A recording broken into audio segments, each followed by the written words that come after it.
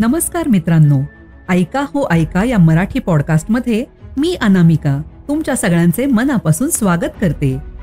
मागील भागात आपण अष्टमहासिद्धींपासून प्राप्त झालेली 8 रत्ने राजाने कोणाला दिली आणि रसायनाचा कुंभ देवी कोणाला देते हे आपण ऐकले. आजच्या भागात आपण अशुभ स्वप्नांमुळे राजाचे वाईट होऊ नये म्हणून राजा काय करतो हे ऐकणार आहोत. भोजराजा पुन्हा एकदा सिंहासनाजवळ आला. त्यावेळी 23वी पुतळी पद्माक्षी जिवंत झाली आणि त्याला सामोरी जाऊन म्हणाली, हे राजा, तुझ्या अंगी विक्रमासारखा उदारपणा वगैरे गुण असतील तरच या सिंहासनावर तुला आरूढ होता येईल. यावर राजा म्हणाला, मग मला त्याच्या उदारपणाची कथा सांग. तेव्हा पद्माक्षी कथा सांगू लागली. एकदा विक्रमराजा बऱ्याच दिवसांचा प्रवास आटोपून आपल्या स्वतःच्या नगरात परत आला.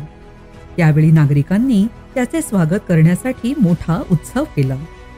राजवाड्यात पोहोचल्यावर त्याने अभ्यंग स्नान केले, सर्वांगाला सुवासिक द्रव्ये लावली आणि प्रसन्न चित्ताने विष्णूची षोडशोपचारे पूजा केली व स्तुती केली. तो म्हणाला, हे देवदेवा, तूच आमचा आईबाप आहेस, तूच आमचा बंधू व मित्र आहेस. आमचे ज्ञान, आमची संपत्ती, आमचे सर्वस्व, सर्व काही तूच आहेस. त्यानंतर राजाने दाने दिली आणि ब्राह्मणांना कपिला गाई, जमीन वगैरेची दाने दिली. त्यानंतर गोरगरीब, आंधळे पांगळे, कुबडे व लंगडे इत्यादिकांना द्रव्यदान दिले. नंतर त्याने भोजनगृहात प्रवेश केला. घरची मुले, मुली, वृद्ध आणि आश्रित वगैरेचे भोजन झाल्यावर त्याने आपल्या बंधुजनांसह भोजन केले. कारण म्हणतातच की स्वतःचे कल्याण व्हावे अशी इच्छा असेल तर एकट्याने एकलकोंडे भोजन करू नये. पंक्तीला नेहमी 2-3 बांधव असावेत. घरचे आबालवृद्ध, स्त्री पुरुष, सुवासिनी व गर्भिणी स्त्रिया आणि अतिथी, स्वजन आणि नोकर-चाकर ह्यांची भोजने झाल्यावर मगच घरधनी व घरधणीन यांनी अन्नग्रहण करावे. भोजनानंतर राजाने थोडा काळ विश्रांती घेतली.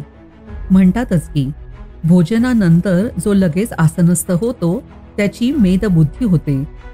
भोजनानंतर जो थोडा वेळ निद्रा घेतो त्याला सुख वाटते, परंतु भोजनानंतर जो चालतो त्याच्या आयुष्याची वृद्धी होते आणि जो धावतो त्याचे आयुष्य क्षीण होते. शरीरात रोग कसे प्रवेश करतात?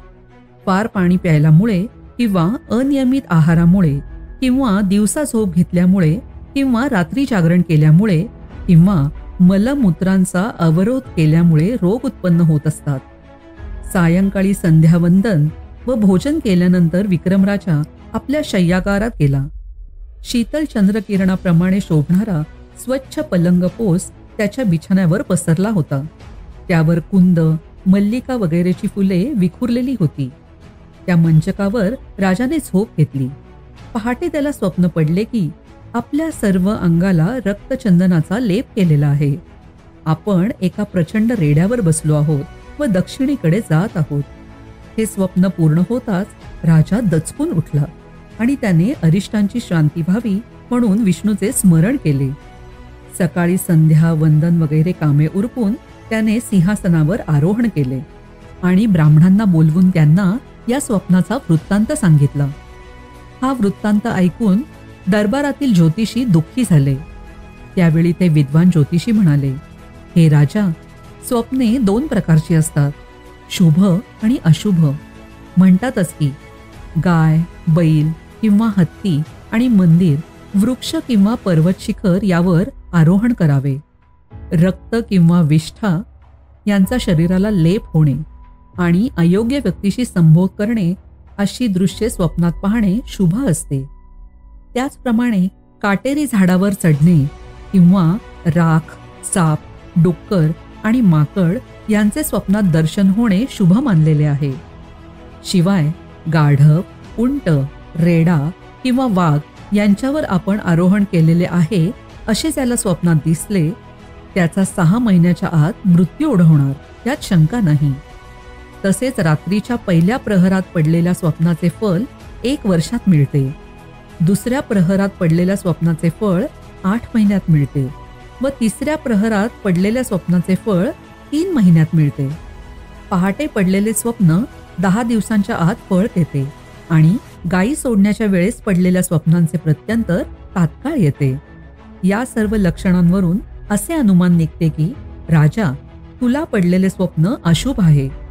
स्वप्नांचे हे असे अशुभ फळ ऐकून राजा म्हणाला, हे ब्राह्मणांनो, या वाईट स्वप्नामुळे माझे अशुभ होऊ नये म्हणून मी काय केले पाहिजे ते आपण सांगा. यावर ते विद्वान ज्योतिषी म्हणाले, या स्वप्नामुळे जी संकटे सूचित झाले आहेत ती टाळण्यासाठी तू देवांना अभिषेक कर आणि त्यांची नवरत्नांनी पूजा कर. नंतर ब्राह्मणांना आणि गोरगरीब आणि अनाथ अपंग यांना भरपूर दाने दे. देवाच्या या अनुष्ठानामुळे, दान घेणाऱ्यांच्या आशीर्वादामुळे या अशुभ स्वप्नांचे वाईट परिणाम नाहीसे होतील. याप्रमाणे विद्वान ज्योतिषींनी सांगितल्याप्रमाणे राजाने देवाला अभिषेक सुरू केला आणि दान महोत्सव जाहीर केला. त्याने आपला कोश खुला केला आणि जो जे इच्छील त्यास ते दान दिले. 10 दिवसात त्याने 13 कोटी सुवर्ण मुद्रा दान केल्या. सर्व याचक अगदी तृप्त झाले. ही हकीकत सांगून पद्माक्षी म्हणाली, हे राजा, तुझ्या अंगी असा उदारपणा असेल तरच तुला या सिंहासनावर चढता येईल. तिचे हे बोलणे ऐकून भोजराजा खिन्न झाला व आपल्या प्रासादाकडे निघून गेला. चला तर मंडळी, आज इथेच थांबूया. पुन्हा लवकरच भेटूया आपल्या नवीन भागाबरोबर. तुम्हाला आमचा हा भाग आवडला असेल तर लाईक करा, फॉलो करा आणि शेअर करा.